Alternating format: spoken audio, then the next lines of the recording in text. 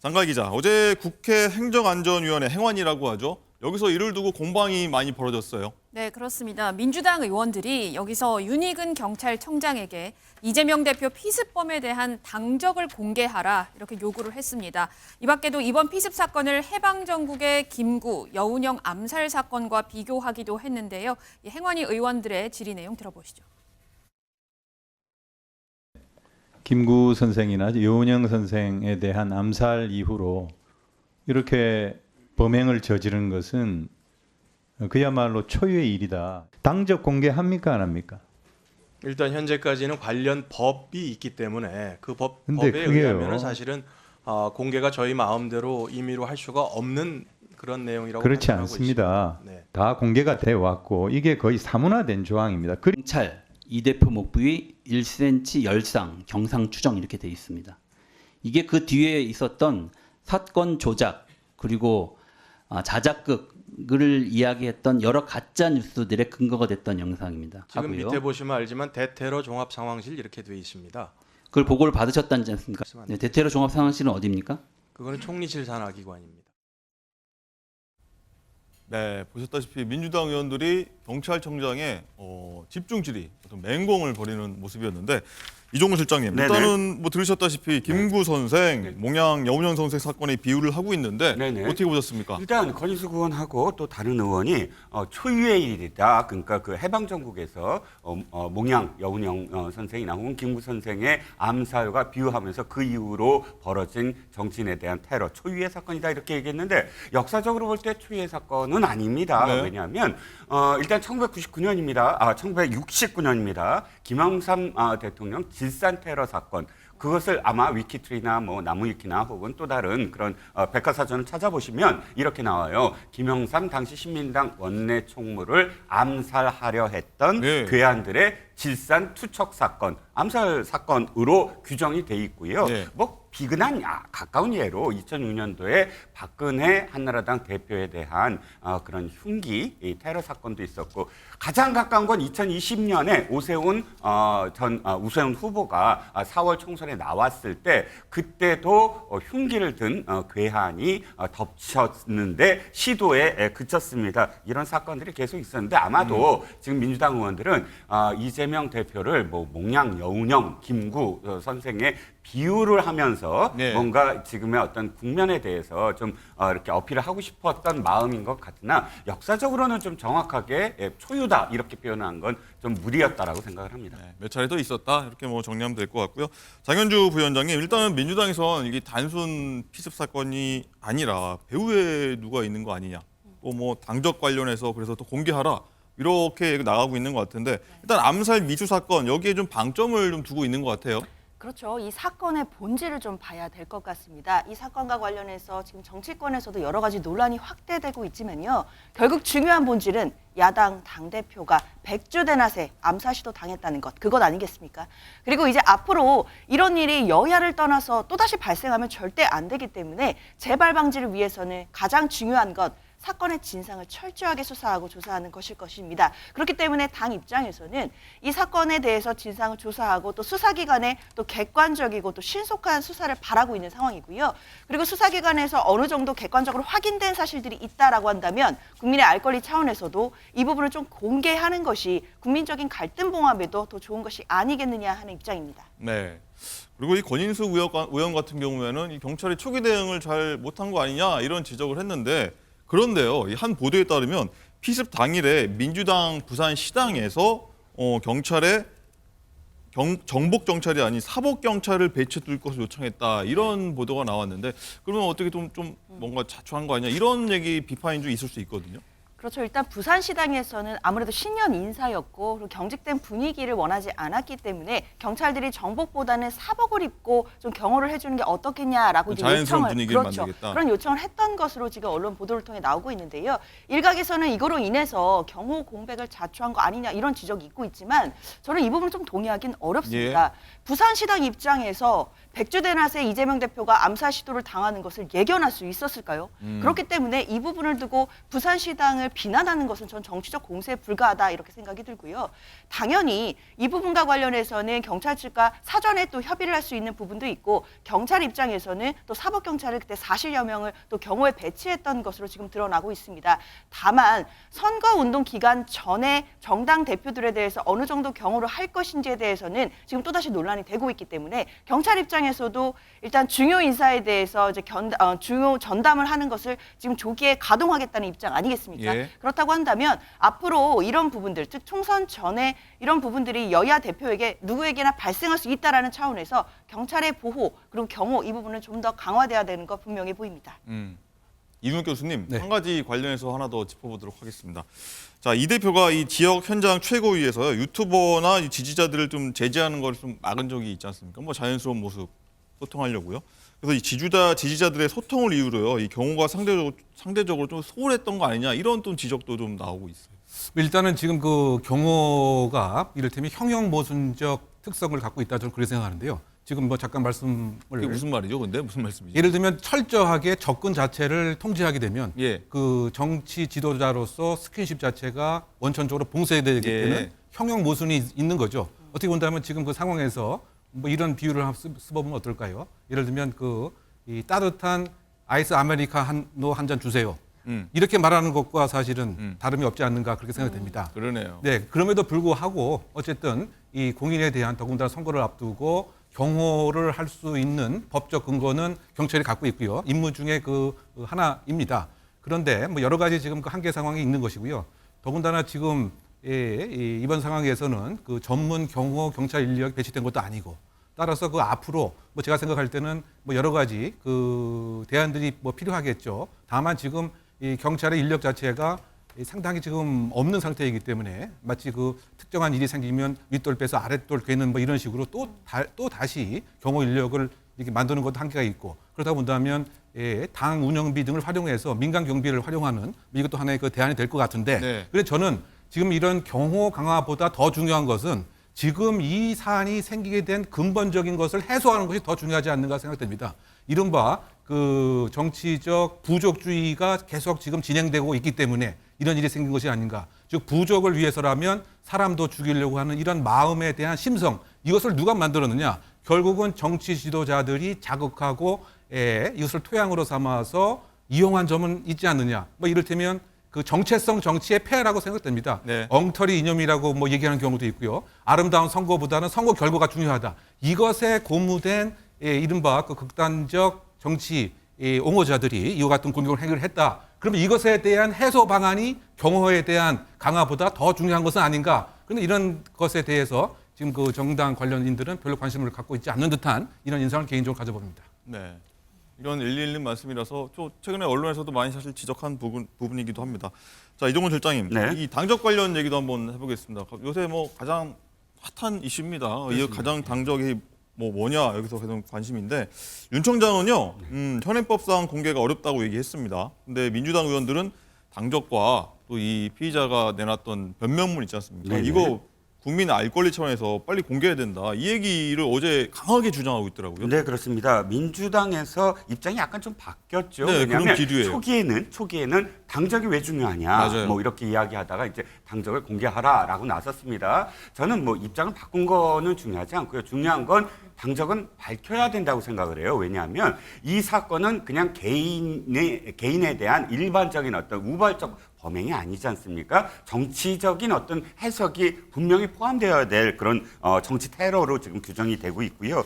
또 그렇기 때문에 한 가지의 의문점도 남기지 말아야 됩니다. 그래야 정치에 대한 신뢰가 다시 회복이 되고 선거가 그대로 진행이 될 수 있습니다. 그렇다면 당적이 굉장히 중요하게 됐어요. 이제 왜냐하면 범행 동기가 뭐냐, 정치적인 이유일 것이다라고 추정만 하고 있는데 그렇다면 왜 당적 지금 언론 보도에 따르면 당적을 바꾼 걸로 알고 있는데 그럼 왜 처음에 어느 정당에서 활동을 하다가 왜 그럼 이쪽 정당으로 옮겨졌느냐에 네. 대한 그 구체적인 어떤 동기가 있어야만 이 범행의 이유를 알 수가 있거든요. 근데 경찰이 지금 법을 너무 조문으로만 받아들이고 있다.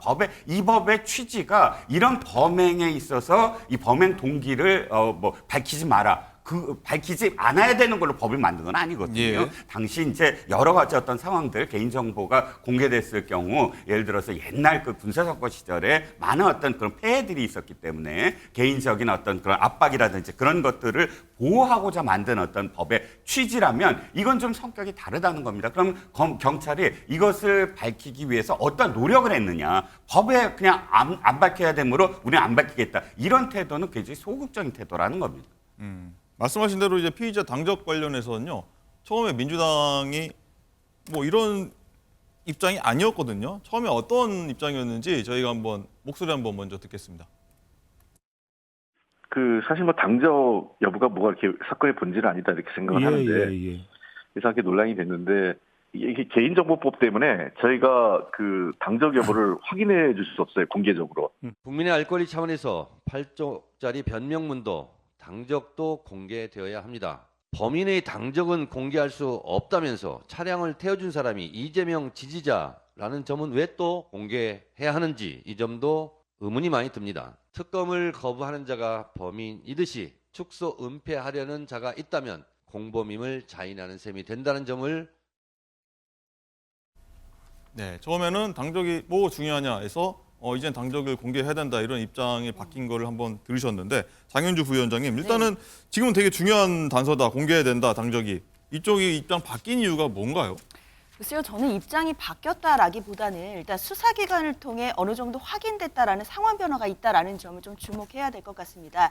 이재명 대표가 지난주에 피습을 당하고 사건 초기에 뭐 당적 논란뿐만 아니라 여러 가지 뭐 가짜 뉴스를 포함한 또 정파적인 주장들이 굉장히 많았었습니다. 그로 인해서 이 사건의 본질이 가려지고 결국에 이 사건으로 인해서 우리가 나아가야 할 방향 자체가 또 흐려지는 그런 부작용들이 분명히 존재했는데요. 특히나 정파적인 이해관계에 따라 정치적인 해석들도 존재했고 지지자들의 양쪽으로 지금 진영이 갈려서 서로 간의 진흙탕 싸움까지도 할 수 있는 그런 혼선이 초래하는 상황이었습니다. 특히나 사건에서 당적 관련 같은 경우에는 범행의 동기를 파악하는 또 한 가지 요소가 되는 것은 또 분명하기 때문에 여러 가지 또 언론 보도들도 분명히 존재했습니다. 다만 지금 단계에서는 수사기관에서 각 당에 대해서 압수수색 영장을 집행해서 당적을 확인한 상황입니다. 그럼 적어도 어느 정도 객관적으로 수사기관에서 확인을 했다라고 한다면 이제는 또는 정치적으로 또는 국민들 간의 혼란을 바로잡아주기 위해서라도 국민의 알 권리 차원에서 당적을 공개를 하는 것이 이 혼란을 좀 바로잡아주는 것이 아니겠느냐 하는 입장인 것이고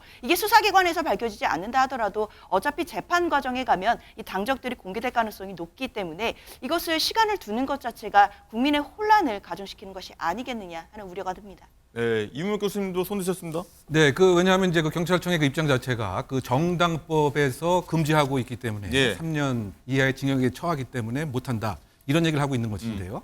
그런데 그 특강법 8조 2에서는 일정한 요건이 맞으면 신상을 공개할 수 있도록 이렇게 되어 있습니다. 그러면 이 얘기는 뭐냐면 이 경찰이 공개를 해도 유법성이 조각될 수가 있다라고 저는 생각합니다. 이제 이 얘기는 뭐냐면은 예를 들면 의사가 수술을 할 때 예를 들면 그 칼 집도유를 갖고서 수술하지 않습니까? 그런데 이것은 의료법에 의한 정당한 업무 행위입니다.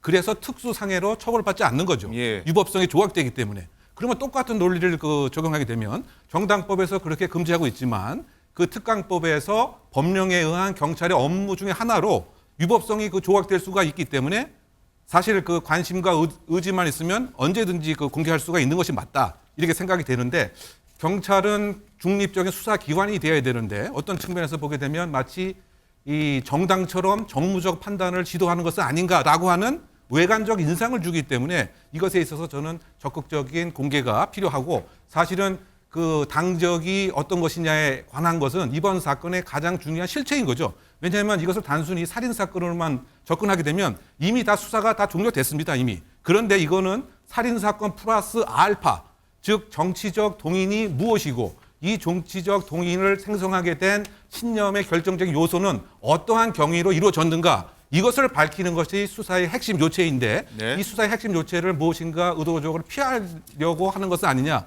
정치적 유불리는 모릅니다. 이게 다 밝혀지고 당적도 밝혀지라고 해서 민주당에 유리할지 아니면 국민의힘에 유리할지 이것은 아무도 모르는 상황인데 너무 앞서서 정무적 판단을 정당이 아닌 국가기관이 하고 있는 것은 아닌가라고 하는 인상을 심어줄 필요는 없지 않는가 개인적으로 생각합니다. 네, 뭐 당적 관련해서 뭐 공개해야 된다, 만다 얘기 많아서 민주당 쪽 그리고 논평, 평론가 논평 그리고 경찰 쪽 입장까지 한번 저희가 다양하게 한번 들어봤습니다. 민주당 요청으로 열린 이재명 대표 피습 관련 국회 행정안전위원회 현안 질의에서 민주당은 경찰 압박에 나섰습니다. 비공개에 붙이고 있는 피의자의 당적과 경찰에 제출한 8쪽의 변명문을 공개하라고 촉구했습니다. 이런 부분들이 공개가 되면 이게 어떻게 보면 명백한 정치 테러인지 아니면 그냥 단순한 범죄인지 이렇게 알 수 있는 거 아니겠어요?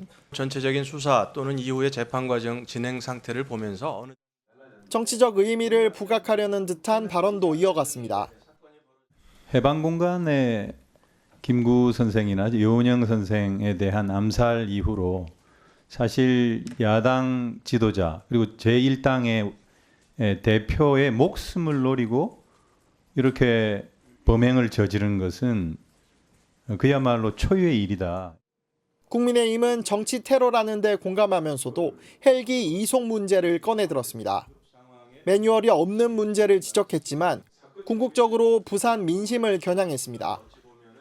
부산 시민들은 이 부분에 있어서 많은 걱정을 하고 또 많은 유감스러운 표현을 지금 많이 하고 있습니다. 이런 가운데 민주당은 이 대표 부상을 1cm 열상으로 표현하는 문자를 배포한 대테러 종합상황실이 국무총리실 산하임을 강조하며 유포 경위를 공개하라고 몰아붙였습니다. 국무총리실이 이재명 대표를 왜곡하고 조롱한 가짜 뉴스의 시발점이었다니 충격적입니다. 국무총리실은 무슨 의도로 이 같은 가짜 뉴스를 유포했습니까? 민주당은 허위 뉴스를 유포한 유튜브 채널 8곳을 방송심의위원회에 제소하는 등 법적 대응도 한층 강화하겠다는 방침입니다. 지난 2일 이재명 더불어민주당 대표를 흉기로 습격한 피의자 김모 씨는 정당 소속을 묻자 입을 닫았습니다. 민주당 당원이신가요?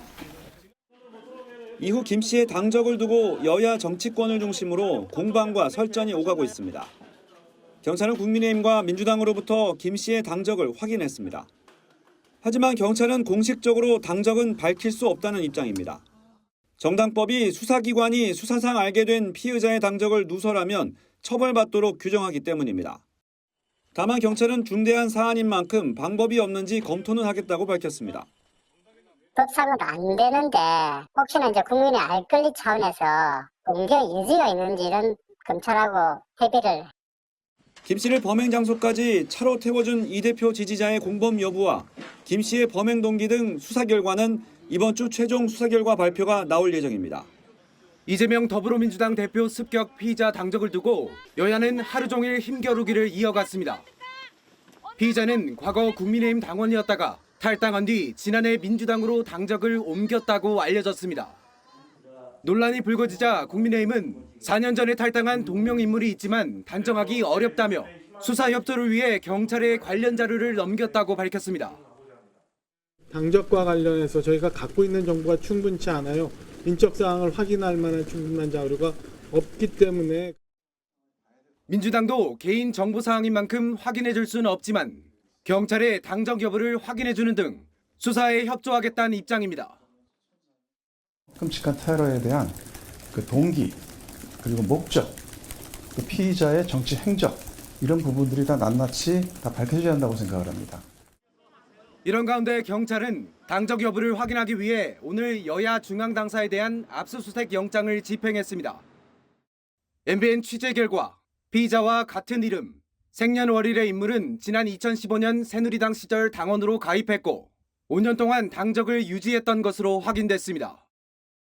경찰은 또 압수수색한 자료 가운데 국민의힘 충남도당, 당시 새누리당 충남도당 홈페이지에 있는 회원 명단에도 같은 이름이 있는 것을 확인하고 동일 인물인지 수사하고 있습니다.